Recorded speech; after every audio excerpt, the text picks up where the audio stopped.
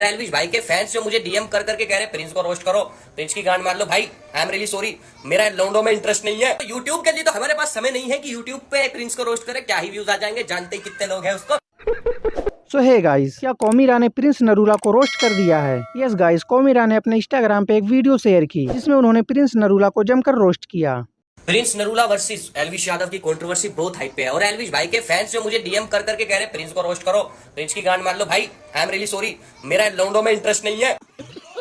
मैं रोस्ट करता हूं तो मैं रोस्ट करने आ चुका हूं दोस्तों, और कृपया करके डीएम में थोड़ी कम मेहरबानी करो। मुझे ऐसा लग रहा है मेरी ही कंट्रोवर्सी चल रही है एलविश यादव से, इतने डीएम गलत बात। तो यूट्यूब के लिए तो हमारे पास समय नहीं है कि यूट्यूब पे प्रिंस को रोस्ट करे। क्या ही व्यूज आ जाएंगे, जानते ही कितने लोग हैं उसको।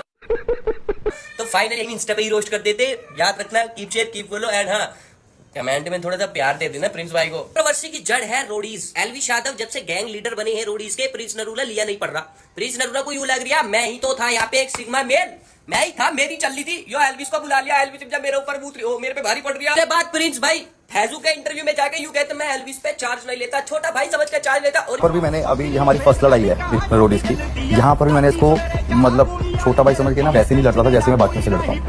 इस प्रकार का चार्ज लेता हूँ मैं तुम्हें दिखा देता हूँ। अपनी बदमाशी अपने घर में दिखाओ भाई, तू अपनी बदमाशी घर पे दिखा अपने। अरे तू भी अपने घर पे दिखा, अकेला है बड़ी बदमाशी हो रहा है। तू आके बदमाशी में हम तो हैं, हां हम भी हैं। फिर झगड़े में हंसी की बात यह है एलविश देसी है और लग रहा है, प्रिंस को देसी बनना पड़ रहा है और बनावटी लग रहा है। भाई साहब जितना प्रिंस ने चार्ज लेने की कोशिश करी ना, अगर नेहा दूपिया या और वो रिया चक्रवर्ती या इनमें से क्या कहते हैं उसका नाम क्या है, वो बिग बॉस में बिग बॉस जल रहा है मुझे, जो भी है वो होता, इतने में इनकी भिड़त हो जाती। मगर एलविश दबा नहीं और ये कहता मैं चार्ज नहीं लेता। चूतन लो दम लगा ले, कहता मेरे तो लाई।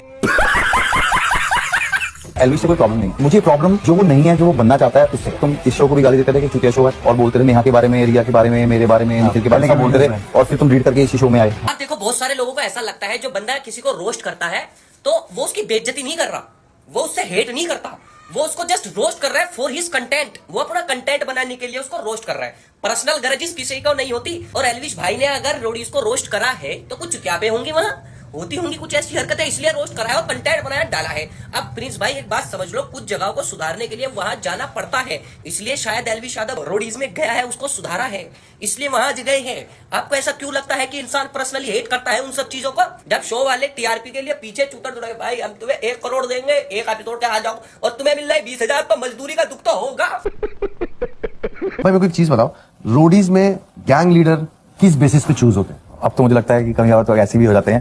नहीं अभी का ही बताओ, क्योंकि पहले की तो बात ही अलग थी, हमें भी दिख जाता था। हाँ, अभी मुझे लगता है कि जैसे हर जगह चल रहा है कि चल रही है, फॉलोअर्स देखकर हो जाता है, हाँ। You know.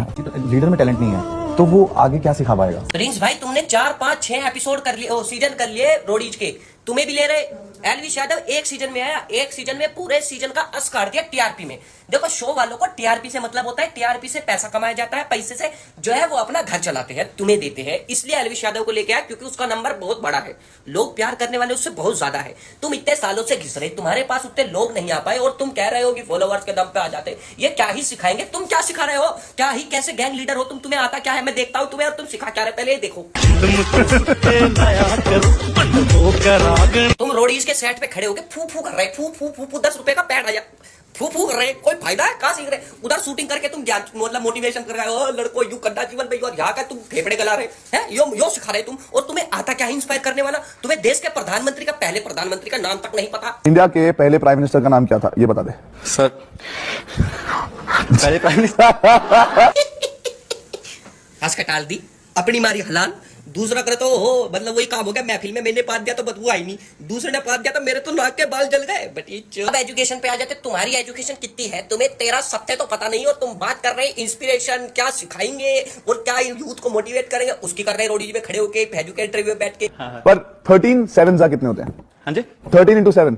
13 into 7। हाँ कर ले कर ले। बस हंस के दिखा दो और सारी चीजें ठीक है। मुझे तो पता ही नहीं था सर जी, अभी कुछ हो गया, पढ़ाई भी है, तुम्हें कुछ नहीं पता इस बारे में।